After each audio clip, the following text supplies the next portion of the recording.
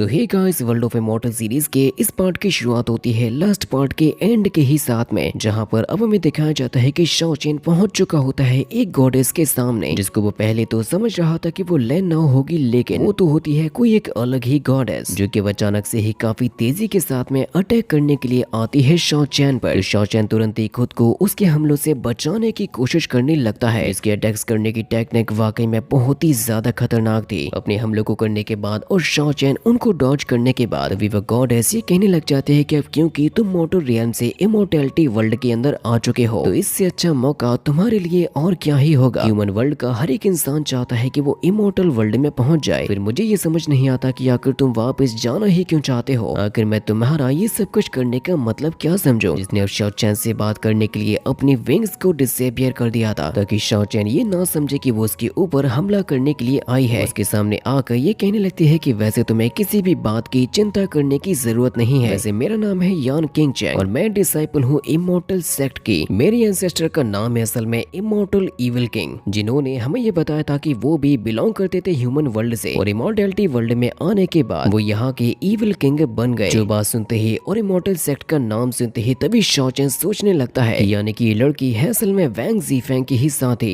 जिसको कुछ दिनों पहले ही शॉ चेन ने अपने हाथों से ही जान से मारा था। किंग चैंग तभी ये सोचने लगती है कि आखिर ये बंदा इस तरीके से रिएक्ट क्यों कर रहा है। जिस मोमेंट पर अब तभी आसमान में काफी ज्यादा हलचल होने लगती है। जो चीज देखते हैं किंग चैंग कहती है कि यानी कि ड्रैगन आइलैंड के ऊपर कोई एक बहुत ही बड़ी घटना होने वाली है। इसीलिए वो शॉ चेन से कहती है कि देखो अब ये जगह बहुत ही ज्यादा खतरनाक होने वाली है, इसीलिए हो सके तो अपना ख्याल रखना और अपने आप को सुरक्षित जगह पे ले जाओ। जिसके तुरंत ही बाद वो खुद भी आसमान की तरफ उड़कर जाने लगती है। लेकिन शॉ चेन के मन में तो चुल होती है कि उसको देखने के लिए जाना है कि आखिर वहां पर हुआ क्या। इस नजारे को जब शॉ चेन देखने के लिए पहुंच जाता है तो सच में वो बहुत ही ज्यादा खतरनाक नजर आ रहा था। देखने में तो ऐसा लग रहा था जैसे कि यहाँ पर होने वाली हो गॉड्स के बीच में फाइट, क्योंकि तभी अब आसमान से गिरने लग जाते हैं काफी बड़े बड़े साइज के आग के गोले, जो कि समंदर में गिर रहे थे और लहरों को उठा रहे थे। जहाँ पर तभी हम पानी के अंदर से काफी स्पीड के साथ में आता हुआ देख पाते हैं एक मांगो को, जो कि यहाँ पर आने के लिए यूज कर रहे होते हैं थर्मल लाइट बॉडी टेक्निक को, जिसकी वजह से उनकी रफ्तार काफी ज्यादा बढ़ चुकी थी और वो हर एक हमले को डॉज करते हुए आगे बढ़ रहे थे। लेकिन अब तभी आगे बढ़ते हुए इस मॉन्क के सामने आ जाती है एक बहुत ही ऊंची लहर, जिसकी वजह से वो उसके साथ में ही टकराने वाला था। शॉ चेन कहता है कि ये तो यूज कर रहा है लाइट बॉडी टेक्निक ऑफ बोधि धर्म को। शॉ चेन हमें ये बताता है कि ये मॉन्क जिस टेक्निक को यूज कर रहा है वो काफी समय पहले यूज की जाती थी क्यूशू के अंदर, लेकिन हाल फिलहाल में क्यूशू पर अब इस टेक्निक को कोई भी यूज नहीं करता। और इमोर्टल रियल में इस टेक्निक का होना सच में ये काफी ज्यादा सरप्राइजिंग भी था, क्योंकि ऐसा भी हो सकता है कि ये जो मॉन्क है वो असल में बिलोंग करता हो ह्यूमन वर्ल्ड से, लेकिन मॉन्क का पावर लेवल इतना ज्यादा होता है कि उसके सामने से जो पानी की लहर आ रही होती है उसने तो उसको भी चीर दिया था, जिसका फिर हमें नाम बताया जाता है मॉन्क यीज़ेन। और ये असल में बिलोंग करते हैं ब्रह्मा किंगडम से, जो कि पावर्स में पहुंच चुके होते हैं ट्रांसफॉर्मेशन के 4th लेवल में, जो कि सारे के सारे ऑब्स्टिकल्स को पार करते हुए बहुत ही शानदार एंट्री मारते हैं शॉ चेन के सामने। इनको देखने में तो ऐसा ही लग रहा था जैसे कि उन्होंने तो गर्दा ही उड़ा दिया, जो कि तभी पलक झपकते ही पहुंच जाते हैं शॉ चेन के सामने और उससे ये कहते हैं कि सुनिए मिस्टर, वैसे मेरा नाम है मॉन्क यीज़ेन। वैसे क्या आपने यहाँ पर मेरे जैसे किसी और मॉन्क को भी देखा है? क्योंकि मैं यहाँ पर ढूंढते फिर रहा हूँ अपने सीनियर ब्रदर को। वो सबसे पहले बताता है कि मेरा नाम तो है शॉ चेन और फिलहाल मैंने यहाँ पर किसी भी मॉन्क को नहीं देखा। इस मोमेंट पर तभी आसमान से एक बहुत ही विशालकाय आग का गोला गिरता है इन दोनों के ही बीच में, जहाँ से शॉ चेन तो अपने आप को बचाकर काफी दूर चला जाता है, लेकिन वो मॉन्क टस का मस नहीं होता। मानो ऐसा लग रहा था जैसे कि उसे तो इस बात से कोई भी फर्क तक नहीं पड़ा, बस केवल उसने अपनी हेड को निकाला होता है, जिसमें तभी गिरती है परफेक्टली ग्रिल्ड हो चुकी फिश। वो मॉन्क कहता है कि लेकिन वैसे मुझे ऐसा लगता है जैसे कि ये फिश मेरे पास में नहीं आना चाहती थी, क्योंकि मैं इनको खाना नहीं चाहता, इसलिए उसने उन फिशेस को नीचे गिरा दिया था। लेकिन शॉ चेन समझ चुका होता है कि एक ऐसा मॉन्क है जो कि मीट और वाइन सभी चीजों का सेवन करता है। जहाँ पर तभी हम आसमान का नजारा देखते हैं जहाँ से वो आग के गोले नीचे गिर रहे थे। वो पोर्टल भी अब बंद होने वाला होता है, लेकिन उसमें से कुछ और गोले नीचे आने लगते हैं, जो कि यहाँ पर चारों तरफ भी बहुत ही ज्यादा तबाही भी मचा रहे थे। मॉन्क यीज़ेन शॉ चेन से कहता है कि वैसे मैंने ये सोचा नहीं था कि मुझे डेमी गॉड्स का बैटल देखने को मिल जाएगा। शॉ चेन कहता है कि क्या वाकई में यहाँ पर डेमी गॉड आने वाले हैं, लेकिन शॉ चेन को डेमी गॉड्स का रियल मीनिंग भी पता नहीं होता, जिससे कि मॉन्क यीज़ेन उसको बताने लगते हैं कि डेमी गॉड उनको कहा जाता है जिनके पास में अर्थ और हेवन को कंट्रोल करने की पावर्स होती हैं। तभी हमें आसमान में बैटल दिखाया जाता है डेमी गॉड्स के बीच में। मॉन्क ये बता रहे थे कि हाँ, इन्हीं को कहा जाता है डेमी गॉड्स। वैसे मैं तुम्हें ये बता दूं कि डेमीगॉड्स की रियल में एंटर कर पाना इतना भी आसान नहीं होता, क्योंकि डेमीगॉड की रियल में एंटर करने से बॉडी के अंदर आने लगती हैं डिवाइन पावर्स। आसमान में जो बैटल चल रहा था वो वाकई में लग रहा होता है जैसे कि हाँ ये हो रहा है डेमीगॉड्स के बीच में बैटल, जिनकी पावर क्लैशिंग तो मानो पूरे आसमान को ही हिला के रख देती है। जहाँ पर जो दो गॉड्स के बीच में फाइट चल रही होती है तभी एक डेमीगॉड वहां से जाने लगती है, तो दूसरी गॉडेस जिसका नाम होता है फॉलन एंजल वो कहने लगती है कि मैंने तुम्हें सैकड़ों सालों से नहीं देखा और जब हम मिले हैं तो क्या तुम वाकई में भागना चाहती हो। और इस फॉलन एंजल का पावर लेवल एक्चुअली में होता है स्काई रियल्म के 9th हेवन में, जो कि अब अपना गुस्सा दिखाती है और काफी स्पीड के साथ में उसी दूसरी गॉडेस के पीछे पड़ जाती है, जिसके ऊपर अब उसने यूज करना स्टार्ट कर दी होती है अपनी सुपर नेचुरल पावर्स को, जिससे कि कई सारे और सैकड़ों अटैक्स होने को जा रहे होते हैं दूसरी गॉडेस के ऊपर, लेकिन वो सारे के सारे हमलों को डॉज करते हुए आगे निकल जाती हैं, जिनका हमें असल में नाम बताया जाता है लाइट होली ड्रैगन, जो कि पावर्स में ऑब्वियसली होती हैं स्काई रियल्म के 9th हेवन में। और बेशक क्योंकि इन दोनों के पावर लेवल समान होते हैं इसी वजह से ये फाइट इतनी आसानी के साथ में रुकने वाली नहीं थी। लाइट होली ड्रैगन ये कहने लगते हैं कि अगर अब तुमने दोबारा से मेरे रास्ते में आने की कोशिश की या मुझे रोकने की कोशिश की तो फॉलन एंजल तुम्हें इसका बहुत ही बड़ा खामियाजा भुगतना होगा, क्योंकि मैं अपने ही हाथों से तुम्हारे पूरे के पूरे फॉलन एंजल क्लेन को ही खत्म करके रख दूंगी। इसीलिए तुम्हारे लिए अच्छा यही होगा कि तुम मुझसे दूर हो जाओ। इसने अपने एक बहुत ही पावरफुल हेवनली अटैक को कर दिया होता है फॉलन एंजल के ऊपर, लेकिन फॉलन एंजल भी कोई कमजोर कैरेक्टर तो थी नहीं जो कि इतनी आसानी के साथ में डर जाती। वो अपनी केवल एक स्वॉर्ड की मदद से मुकाबला करने लगती है होली ड्रैगन के अटैक का। फॉलन एंजल कहते हैं कि मुझे हेवन से ये ऑर्डर मिला है कि तुम्हारे ड्रैगन क्लेन को हमेशा हमेशा के लिए सरप्रेस कर दिया जाए, तभी जाकर तुम हमारे सामने अपना सर झुकाओगी और किस्मत को एक्सेप्ट करोगी। जिसने अपने डिफेंस के पावर को बढ़ा दिया था, जिसकी वजह से वो होली ड्रैगन के अटैक को ओवर पावर कर देती है। जो अटैक होली ड्रैगन से टकराने की वजह से आगे के गोले और भी ज्यादा गिरने लगते हैं। ऐसा लग रहा था जैसे कि आज इस इमॉर्टल वर्ल्ड के अंदर आने वाला हो प्रलय। जिनकी कन्वर्सेशन को सुनने के बाद तभी शॉचेन कहने लगता है कि यानी ड्रैगन क्लेन को सप्रेस कर दिया गया था। तो मॉन्क बताते हैं कि हाँ बिल्कुल ऐसा ही हुआ था, क्योंकि एंशिएंट टाइम में पूरे के पूरे वर्ल्ड के अंदर ड्रैगन क्लेन है वो सबसे ज्यादा स्ट्रॉन्गेस्ट रेस माने जाते थे। लेकिन दुर्भाग्यवश एक दिन कुछ ऐसा होता है कि हेवन के द्वारा पूरे के पूरे ड्रैगन क्लेन और वहाँ के लोगों को सप्रेस कर दिया गया था, जिसकी वजह से ड्रैगन क्लेन के अंदर रहने वाले जितने भी ड्रैगन्स होते हैं वो सभी के सभी अपनी पावर्स को खो देते हैं और बन जाते हैं बहुत ही ज्यादा खतरनाक बीस्ट। जिसके बाद फिर हर 100 सालों के अंदर ड्रैगन क्लेन के ऊपर लगाया गया सप्रेशन कुछ समय के लिए खुल जाता है। इसी वजह से ये फाइट यहाँ पर हो रही है। जो फॉलन एंजल होती हैं उन्होंने यहाँ पर अपना एक बहुत ही स्ट्रॉन्ग अटैक किया होता है होली ड्रैगन के ऊपर, जिस अटैक ने इस जमीन को बहुत ही बुरी तरीके से चीर कर रख दिया था। बताते हैं कि ड्रैगन क्लेन के द्वारा हर 100 साल में एक वॉरियर को भेजा जाता है ताकि वो कुछ ऐसे ट्रीजर्स और रिसोर्सेज को प्राप्त कर सके, बाकी के भी सभी के सभी ड्रैगन्स उस शील्ड को ब्रेक कर सके और वहां से निकल सके। तभी फिर हम लोग देख पाते हैं फॉलन एंजल को, जिसने अपने खतरनाक हमले होली ड्रैगन के ऊपर करते हुए उनकी हालत खराब कर दी थी। लेकिन होली ड्रैगन अपने 100 सालों की भड़ास को इतनी आसानी के साथ में कैसे शांत होने दे सकती है, जो कि तुरंत ही अपने बहुत ही ज्यादा खतरनाक हमलों को प्रिपेयर करती हैं फॉलन एंजल के ऊपर करने के लिए। मानो ऐसा लग रहा था जैसे कि फॉलन एंजल के ऊपर किसी एक ज्वालामुखी से हमला कर दिया गया हो। जिन सारे के सारे हमलों को डॉज करते हुए फॉलन एंजल सामने आती है ड्रैगन पर हमला करने के लिए। इसको ड्रैगन ने डॉज किया था, लेकिन उसी मोमेंट फॉलन एंजल ने एक और काफी खतरनाक हमला कर दिया होता है। इसको रोकने के लिए ड्रैगन अपनी पावर्स को यूज कर रही थी। होली ड्रैगन ये कहने लग जाती है कि देखो अब इस दुनिया के अंदर हमारा ड्रैगन क्लेन दोबारा से रिवाइव होने वाला है, जिसकी ग्लोरी आने वाले समय में बहुत ही जल्द लौटने भी वाली है। जिसके बाद ये तुम भी जानती हो होली ड्रैगन कि तुम्हारे साथ में क्या होगा। और जितने भी लोग हमारे ड्रैगन क्लेन के खिलाफ खड़े होंगे उन सभी को बहुत ही बुरी मौत मारा जाएगा। जिसने अपनी ड्रैगन स्पिरिट के एक बहुत ही खतरनाक नजारे को भी दिखाया था, जो कि तुरंत ही बैक जंप लगाकर अब चली जाती है पानी के अंदर। लेकिन ये फाइट एज यू नो कि अभी खत्म नहीं हुई है, क्योंकि तभी अब होली ड्रैगन आ जाती है अपने बीस्ट अवतार में, जिसकी अब यहाँ पर गॉड लेवल की फाइट होने वाली है फॉलन एंजल के साथ में। होली ड्रैगन अब तुरंत ही पहुंच जाती है आसमान में और वो प्रिपेयर करने लग जाती है एक बहुत ही स्ट्रॉन्ग फॉर्मेशन को, जिसकी मदद से उसने कई सारे फायर अटैक्स कर दिए होते हैं फॉलन एंजल के ऊपर। जिस फाइट को वहीं पर खड़े हुए देख रहे होते हैं शॉचेन और वो मॉन्क। शॉचेन बताता है कि हाल फिलहाल में मैंने इस वक्त किसी भी ड्रैगन को आइलैंड पर देखा ही नहीं था। तो वो मॉन्क यीज़ेन शॉचेन को बताता है कि दोस्त ये तो अभी शुरुआत है, भले ये इवेंट बहुत ही ज्यादा रेयर है लेकिन तुम्हें यहाँ पर और भी कई सारे ऐसे ही नजारे देखने को मिलेंगे, क्योंकि इस वक्त ड्रैगन आइलैंड के ऊपर जो सैकड़ों लोग आए हैं ये समझ कर कि यहाँ पर रहता है केवल ड्रैगन किंग ही, तो वो सभी लोग अभी तक जानते नहीं है ड्रैगन किंग कंपेनियन के बारे में। शॉचेन कहता है है कि वैसे असल में ये क्या होता है। तो मॉन्क बताने लगते हैं कि आइलैंड के ऊपर जितनी बार भी एंसेंट्रल ड्रैगन बॉर्न होते हैं तो उसके साथ में ड्रैगन किंग के कई सारे कंपेनियंस भी तो बॉर्न होते हैं, जो सभी किसी भी ऑब्वियसली एंसेंट्रल ड्रैगन की ग्रोथ में बहुत ही बड़ी भूमिका निभाते हैं, जिसकी वजह से एंसेंट्रल ड्रैगन के जो दुश्मन होते हैं वो कभी भी उन तक पहुंच नहीं पाते। यहाँ पर तुम्हें कुछ और ऐसे भी देखने को मिल जाएंगे जो कि एंसेंट्रल ड्रैगन को रिप्लेस करना चाहते हैं, क्योंकि वो बनना चाहते हैं सुप्रीम ड्रैगन, उसके नाम को कमाना चाहते हैं, उसकी बराबरी को पाना चाहते हैं। और आसमान में जो फाइट चल रही होती है वो और भी ज्यादा खतरनाक तरीके से बढ़ने लगती है। फॉलन एंजल मुकाबला कर रही होती है हर एक अटैक का, इसकी वजह से जो पावर क्लैशिंग होती है वो बहुत ही ज्यादा लाजवाब थी, क्योंकि इन दोनों की फाइट से मानो ऐसा लग रहा था जैसे कि आग के गोलों की बरसात हो गई हो। होली ड्रैगन की पावर बढ़ने की वजह से अब तभी फॉलन एंजल भी अपने लेवल को इंक्रीज करने लगती है, जिसने मौका पाते ही अपने बहुत ही ज्यादा खतरनाक अटैक्स को कर दिया होता है ड्रैगन के ऊपर। जो अटैक्स ड्रैगन के विंग्स को चीरते हुए आगे निकल जाते हैं, जिसकी वजह से फॉलन एंजल को इस फाइट में थोड़ी सी सफलता मिल चुकी थी। वो कहने लगती है कि इस बार मैं एंसेंट्रल ड्रैगन को पूरे के पूरे 10,000 सालों के लिए शील करने वाली हूँ। वैसे तो तुम्हारे इस ड्रैगन क्लेन को काफी समय पहले खत्म हो जाना चाहिए था, लेकिन अब इस काम को अंजाम मैं खुद अपने हाथों से ही देने वाली हूँ। जिसने अपनी स्पीयर की मदद से एक बहुत ही ज्यादा स्ट्रॉन्ग अटैक कर दिया होता है होली ड्रैगन के ऊपर, जिसकी वजह से होली ड्रैगन के स्टैचू से टकरा जाती है और गिर जाती है समंदर के अंदर। इसकी हालत भी सच में बहुत ही ज्यादा खराब हो चुकी थी, क्योंकि इसकी बॉडी से जो गोल्डन ब्लड निकल रहा था उसके नीचे आते ही तुरंत ही अपीयर होने लग जाते हैं बहुत ही स्पेशल फॉर्मेशन, जो कि कोई आम फॉर्मेशन नहीं होती, क्योंकि इसका खामियाजा भुगतना होगा फॉलन एंजल को। उसका मजाक उड़ाते हुए कहने लगती है कि तुम्हारा रॉयल ड्रैगन कोई भी स्पेशल नहीं है। लेकिन अब जैसे ही ड्रैगन शील्ड रीएक्टिवेट होना स्टार्ट हो जाती है तो उसको देखकर फॉलन एंजल की हालत ही खराब होने लगी थी, क्योंकि ये शील्ड बनने की स्पीड बहुत ही ज्यादा तेज थी, जिसको रीएक्टिवेट करने के लिए चारों तरफ से ही एनर्जी निकल रही थी। इसका नजारा अपनी आंखों से देख रहे होते हैं शॉचेन और वो मॉन्क। वो दोनों ये कहने लग जाते हैं आखिर ये शील्ड अचानक से ही समय से पहले ही दोबारा से रीएक्टिवेट होना स्टार्ट क्यों हो गई है। अभी हम फॉलन एंजल को देखते हैं जो कि अपने आप को यहाँ से निकालने की और खुद को बचाने की कोशिश कर रही, लेकिन उसी मोमेंट पर जैसे ही फॉलन एंजल से शील्ड की पावर टकरा जाती है तो वो पावर इतनी ज्यादा खतरनाक होती है कि उसने फॉलन एंजल की एक एक सेल को तक डिस्ट्रॉय कर दिया था, जिससे कि यहाँ पर पलक झपकते ही फॉलन एंजल पूरी तरीके से ही खत्म हो जाती है। फाइनली दोबारा से ओपन हो चुकी होती है ये शील्ड। जो मॉन्क शॉचेन को ये बताने लगते हैं कि देखो ड्रैगन आइलैंड के ऊपर ये शील्ड समय से पहले ही ओपन हो चुकी है, इसीलिए मुझे लगता है कि ड्रैगन आइलैंड के ऊपर बहुत ही बड़ी तबाही मचने वाली है। इसी वजह से वो कहता है कि मुझे जल्द से जल्द अपने भाई के ठिकाने के बारे में पता लगाना होगा। शॉचेन उससे कहता है कि क्या आपको वाकई में लगता है कि यहाँ पर और भी कुछ लोग रहते होंगे। मॉन्क बताते हैं कि हाँ, इस आइलैंड के ऊपर रहते हैं कुछ इंसान। यहाँ पर रहने वाले भी बहुत ही पावरफुल कल्टिवेटर्स हैं, जो कि अपने कॉन्टिनेंट को छोड़कर आ गए थे ड्रैगन आइलैंड के ऊपर। वैसे भी वो यहाँ पर तो कई सालों से रहते हुए आ रहे हैं, और अगर तुम भी किसी को ढूंढना चाहते हो तो वो लोग तुम्हारे लिए बहुत ही अच्छा ऑप्शन होंगे, क्योंकि इस आइलैंड के ऊपर होने वाली हर एक हलचल के बारे में उन्हें पता होता है। शील्ड के बारे में जब शॉचेन सोचने लगता है तो उसको पता लगता है कि यानी फिलहाल में तो कोई भी इस आइलैंड से बाहर जा ही नहीं सकता। इसीलिए वो कहने लगता है कि अब तो मुझे सबसे पहले लोगों को ढूंढना होगा ताकि मुझे और भी बाकी चीजों के बारे में पता चल सके। जहाँ पर तभी है किनचैंग को दिखाया जाता है, जो कि अपने एक साथी से ये कहने लगती है शील्ड ओपन होने की वजह से हम सभी के सभी लोग अब यहाँ पर फंस चुके हैं, क्योंकि ये जो शील्ड है वो तो समय से पहले ही एक्टिवेट हो गई है। इसी वजह से हमें अपने हर एक दुश्मन को मारना होगा। वो अपने साथी से कहती है कि सबसे पहले तुम इस शॉचेन के बारे में पता लगाओ जो कि यहाँ पर आया है ह्यूमन वर्ल्ड से, क्योंकि भी फिलहाल में हम लोग इसके बारे में कुछ भी नहीं जानते। और इसी के साथ में ये एपिसोड भी यहीं पर ही खत्म हो जाता